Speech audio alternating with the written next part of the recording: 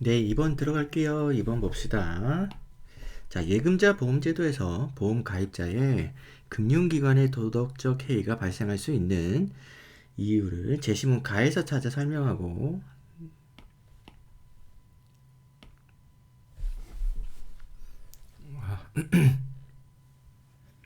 네, 2번 들어가겠습니다. 2번 논제 볼게요. 예금자 보험제도에서 보험 가입자인 금융기관의 도덕적 해이가 발생할 수 있는 이유를 제시문 가에서 찾아 설명하고, 자, 금융기관의 도덕적 해이 사례를 나를 바탕으로 기술하시오.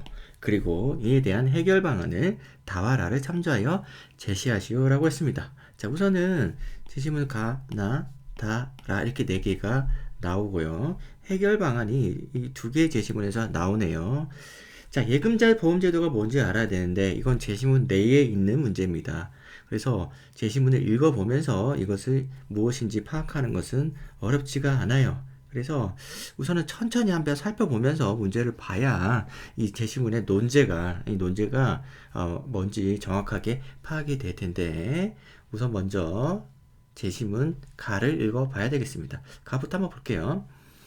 자, 가를 보면은 가는 사람마다 가지고 있는 정보가 서로 다를 때 정보의 비대칭성이 있다고 한다라고 했습니다. 이건 뭐 다들 알고 계시는 내용이죠. 경제에 있는. 자, 그래서 예를 들어 근로자는 고용주보다 자신의 근무 태도를 더 잘 알고 있으며 중고차 판매상은 고객보다 차의 성능을 더 잘 알고 있다. 정보를 많이 가진 근로자는 자신의 행동을 감출 유인이 있고, 여기까지가 이제 정보의 비대칭성이고 그 속성, 특성, 특징 이런 내용들이 이어서 나옵니다. 감출 요인이 있다라고 하고, 중고차 판매상은 차의 속성을 감출 요인이 있다. 그래서 감출 요인이 있다. 이 부분. 그럼 이러한 정보의 비대칭성 때문에 도덕적 해이 문제가 발생한다. 도덕적 해이는 정보를 더 많이 가진 사람이 사회적으로 바람직하지 못한 행위를 하는 경향을 말한다. 그래서 도덕적 해이는 정보의 비대칭성 때문에 도덕적 해이가 발생하는데, 이 바람직하지 못한 행위는 결국 이것과 같은 내용입니다. 감춘다는 거죠. 감춘다는 거. 자, 그래서 고용주와 근로자의 관계에서는 고용주가 근로자의 행동을 완벽하게 관찰하지 못하기 때문에 근로자의 게으름을 피우는 도덕적 해이 문제가 나타난다. 자, 이러한 문제는 보험 시장에서도 많이 발생한다. 이렇게 얘기가 나옵니다.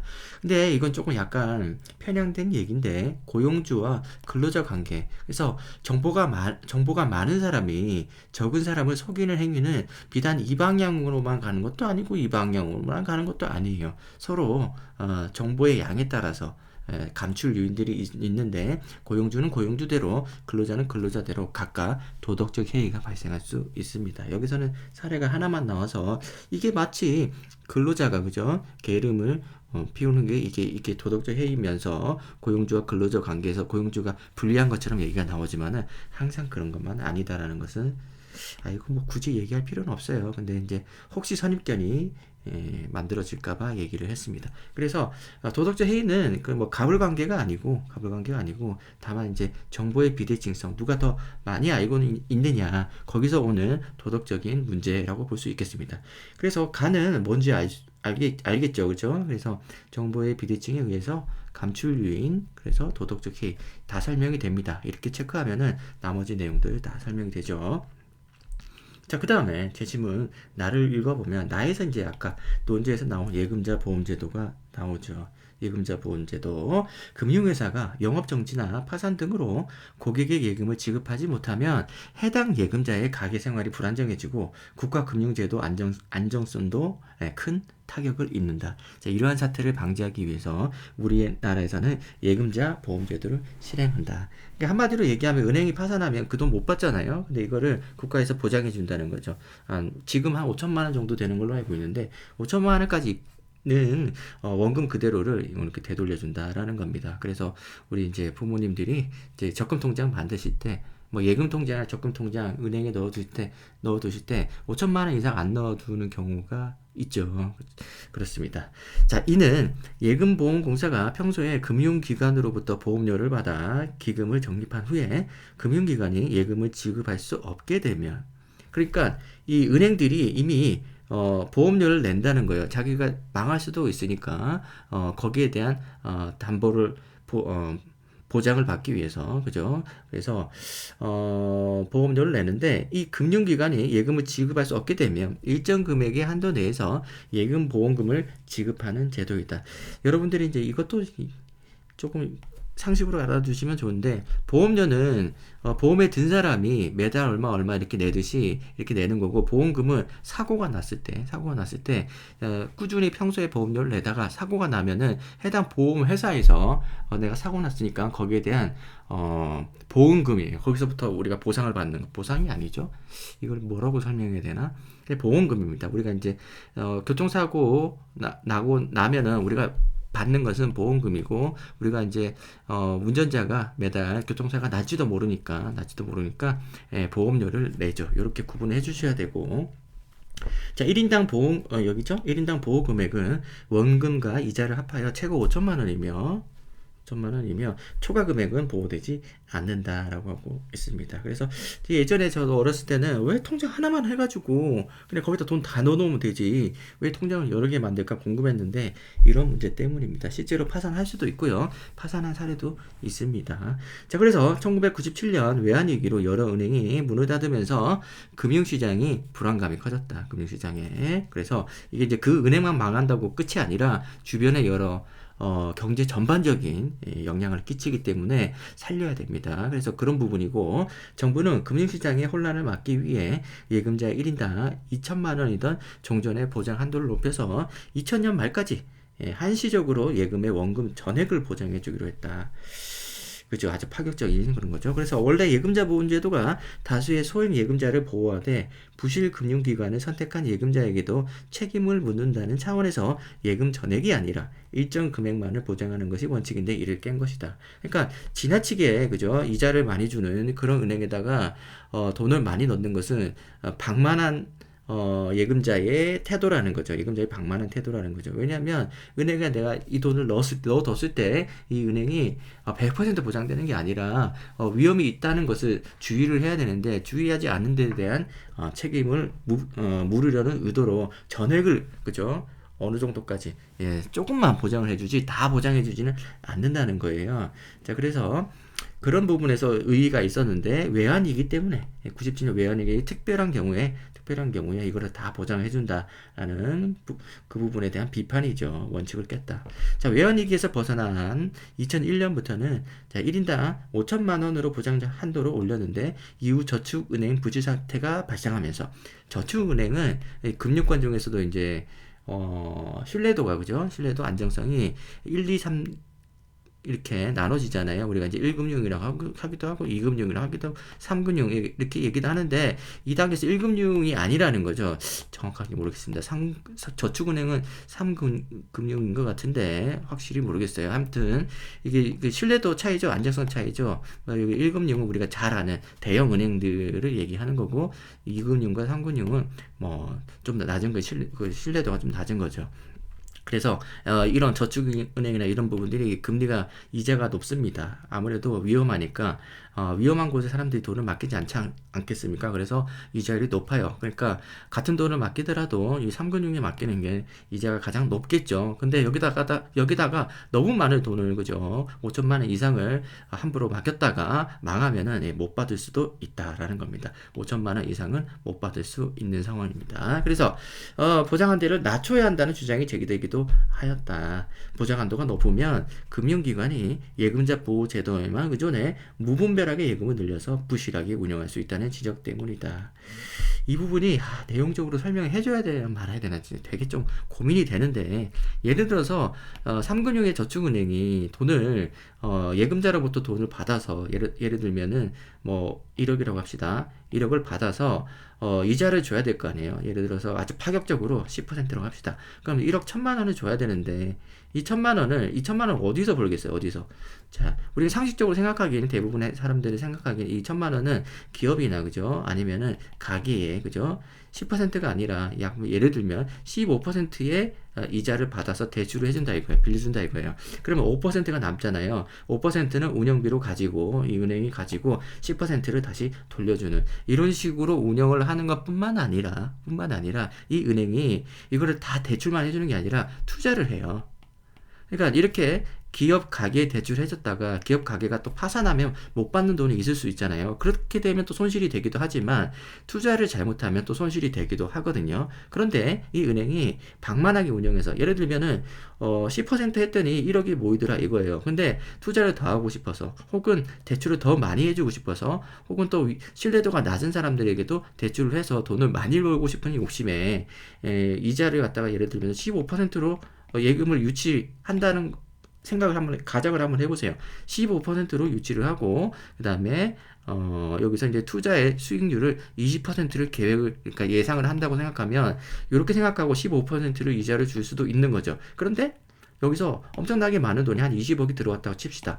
20억이 들어왔는데 사실상 투자 20% 수익을 얻기는커녕 기업이나 가게가 파산하거나 국제 경기에 의해서 투자 수익률이 20%안 될 경우 이 은행은 어떻게 돼요? 그냥 망해버리는 거죠. 이 망하면은 이 혼자 망하는 게 아니라 여기에 예금을 맡긴 많은 사람들이 다 망해버릴 수도 있겠죠. 기업도 여기다 예금을 맡길 수 있는 거 아니겠습니까? 그래서 그것이 연쇄적으로 위험이 퍼지면서 비단 이 은행뿐만 아니라 이 은행과 비슷한 포지션에 있던 다른 은행들도 뱅크런 사태가 발생해요. 그러니까 사람들이 불안해서 다 돈을 빼버리죠. 그래서 멀쩡한 은행들도 파산하게 되는 그런 일이 발생하니까 특히나 이제 국가적 위기가 있었던 그죠 경제 위기가 있었던 외환 위기에는 이걸 막기 위해서 이게 계속 연쇄적으로 확산되는 것을 막기 위해서 우선 막아뒀다 이거죠. 그런데 예금자 보험제도 요거만 다 갚아주니까 그죠 어쨌든 국가에서 갚아주니까 여기에 의존해가지고 은행들이 아까 방금 얘기한 것처럼 부실하게 운영할 수도 있다는 거예요. 투자를 마음대로 막 해버리거나 그죠 대책 없이 해버리거나 그리고 돈을 많이 유치하기 위해서 이자율을 그냥 마음대로 올려가지고 그죠 많이 줄 테니까 돈 많이 맡겨 뭐 이런 식으로 해서 투자를 막 방만하게 할 수도 있다는 겁니다. 그렇게 한 경우가 있죠. 미국에서 리먼 브러더스 사태가 있고 그래서 실제 있는 일이고 이 얘기를 지금 너무 많이 했는데 아무튼 좀 상식 수준에서 이 제시문을 읽기에 좀 도움이 되라고 얘기는 했는데 불필요한 내용인지는 알 수 없습니다. 아무튼 그렇습니다. 네, 그런 상황이고 예금자 보험제도가 그런 의미 있다는 거예요. 예금자 보험제도 평소에 은행들이 어디죠? 여기서 또 국가금융제도 예금자 어디다 낸다고 했지? 예금보험공사 그죠? 여기에다가 평소에 망할지도 모르니까 그죠? 보험료를 계속 내요. 내긴 내는데 이게 지금 보험료와 보험금 이런 문제에 있어가지고 여기 제시문 가에서 나온 정보 비대칭이 있을 수 있다는 거죠. 자, 그 부분 아직은 뭐 파악이 안 된다 그래도 계속 읽어보면은 답이 나옵니다. 다와라도 읽어볼게요. 자, 정보의 비대칭성 때문에 나타난 문제를 해결하려고 다양한 제도를 도입한다. 그래서 정보를 더 가진 사람이 정보를 덜 가진 사람에게 신호 보내기 그리고 골라내기 이 두 가지가 있어요. 마치 이게 제도가 아닌 것처럼 이렇게 용어가 좀 그렇긴 한데 자, 신호 보내기를 통해서 사적 정보를 전달할 수 있도록 유도할 수 있다. 예를 들면 중고차 판매상이 일정 기간 수리를 보증하는 제도를 도입하는 것은 차의 품질을 보증하는 신호로 작동한다라고 하고 있죠. 자, 그래서 우리가 이제 잘 모르니까 중고차 같은 경우 잘 모르니까 아예 사지를 않는 경우가 많죠. 그렇게 되면 이제 중고차 업계에서도 좋은 상황은 아니죠, 그죠? 그래서 내가 이 중고차에 정보를 나만 알고 소비자를 등쳐먹을 생각만 하면은 전기차 시장 자체가 전기차래.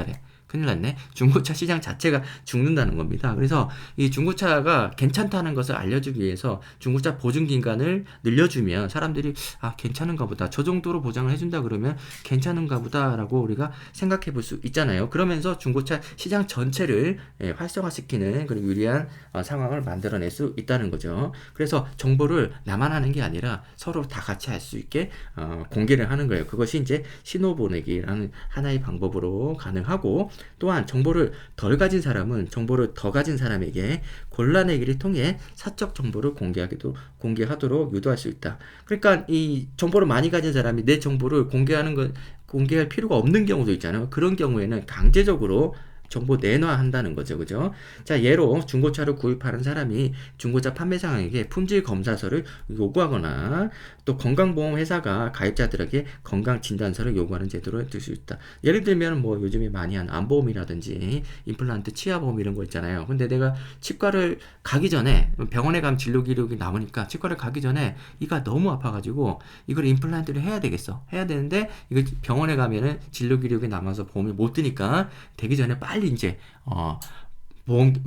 보험을 신청한다는 거죠. 그래서 치아보험을 한 다음에 나중에 임플란트 할 때는 이 보험금을 받아서 보험료를 한두 번 내자마자 바로 보험금을 받아서 이렇게 이득을 보려는 이런 상황을 방지하기 위해서 이런 품질 검사서나 건강 진단서나 이런 것도 하기도 하고, 실제로 보험 들면은 6개월에서 1년 내에 벌어지는 어떤 그런 사건이나 이들에 대해서는 보장을 안 해주는 경우가 많아요. 의료보험의 경우에 그렇습니다. 자, 그래요. 이런 어떤 도덕적 해이가 발생하기 때문이죠. 자, 그래서 라를 볼게요. 정보의 비대칭성 해소를 위해서 기업의 노력으로 보험회사가 보험에 가입하고자 하는 사람에게 신체 검사서를 요구하거나 했던 얘긴데, 그죠? 했던 얘긴데, 요구하거나 병력을 조회하는 것, 그죠? 자동차 보험회사가 과거의 교통사고 통계를 근거로 보험료를 차등 적용하는 것을 예로 들 수 있다라고 얘기하고 있는데, 이 내용은 뭐예요? 신호 보내기가 아니라 골라내기에 한 예시죠. 골라내기의 예시라고 볼 수 있겠습니다. 여기에 대한 예시다라는 겁니다.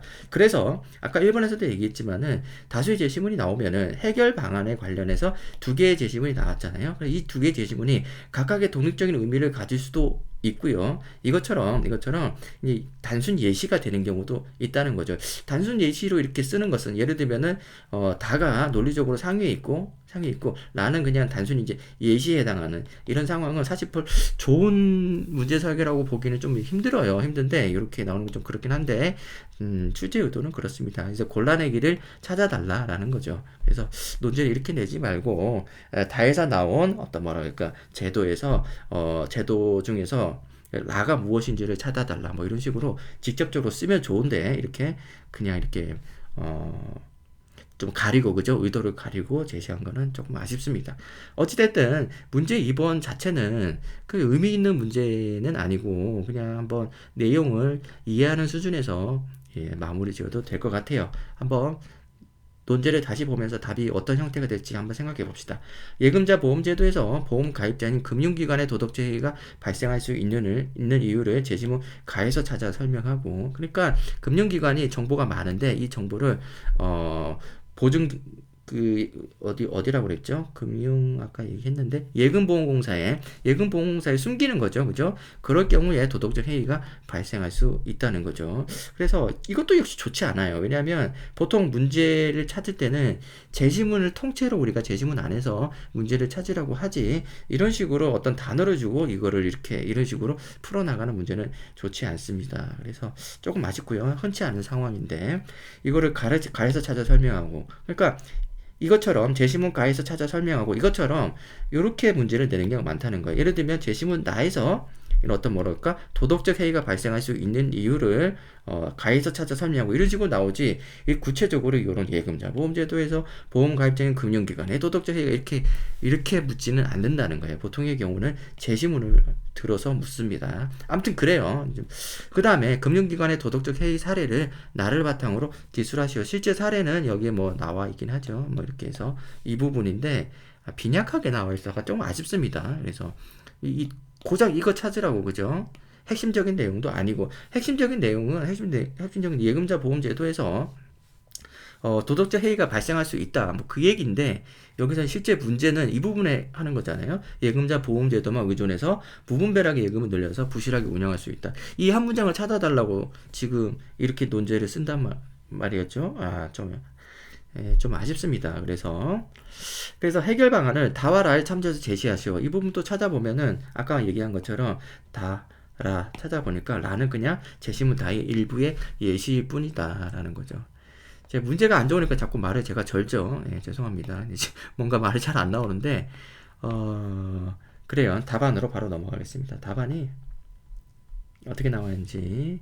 자, 도덕적 해이는 정보를 더 많이 가진 사람이 사회적으로 바람직하지 못한 행위를 하는 경향을 말한다. 그냥 이제 거의 가져다 썼죠. 맞습니다. 그리고 도덕적 해이를 먼저 쓰고 있고, 자, 예금자 보험제도에서 예금보험공사가 보험 가입자인 금융기관, 이렇게 해서 예금보험공사와 금융기관을 이렇게 써줘야 정보 비대칭을 설명할 수 있겠죠. 이 금융기관이 사람이 아니라 이 금융기관이 정보를 더 많이 가지고 있고, 얘네가 예금보험공사가 정보를 덜 가지고 있죠. 그래서 얘네들을 관찰하지 못하죠. 그죠? 정보가 적다는 얘기예요. 정보 비대칭이 존재할 수 있으며 정보를 더 많이 가진 금융기관의 도덕적 해이가 발생할 수 있다라고 쓰고 있습니다. 자, 이에 따라서 금융기관이 예금자 보험제도만 의존해서 과도하게 예금을 수취하고, 자, 이렇게 진행된다면 이 앞에 부분이 제시문 가를 이용해서 제시문 나가 아니라 예금보험 금융기관의 도덕적 해이를 설명한 거죠. 그래서 여기 앞에 그래 지금 제시문이 뚜렷하게 이렇게 지금 제시문 가는, 제시문 나는 이런 식으로 글을 쓰고 있지 않기 때문에 정확하게 보이진 않지만 우선 가를 정리한 거예요. 그리고 이 관점을 이거를 그대로 이제 예금 보험에 관해서 이렇게 적용한 거죠.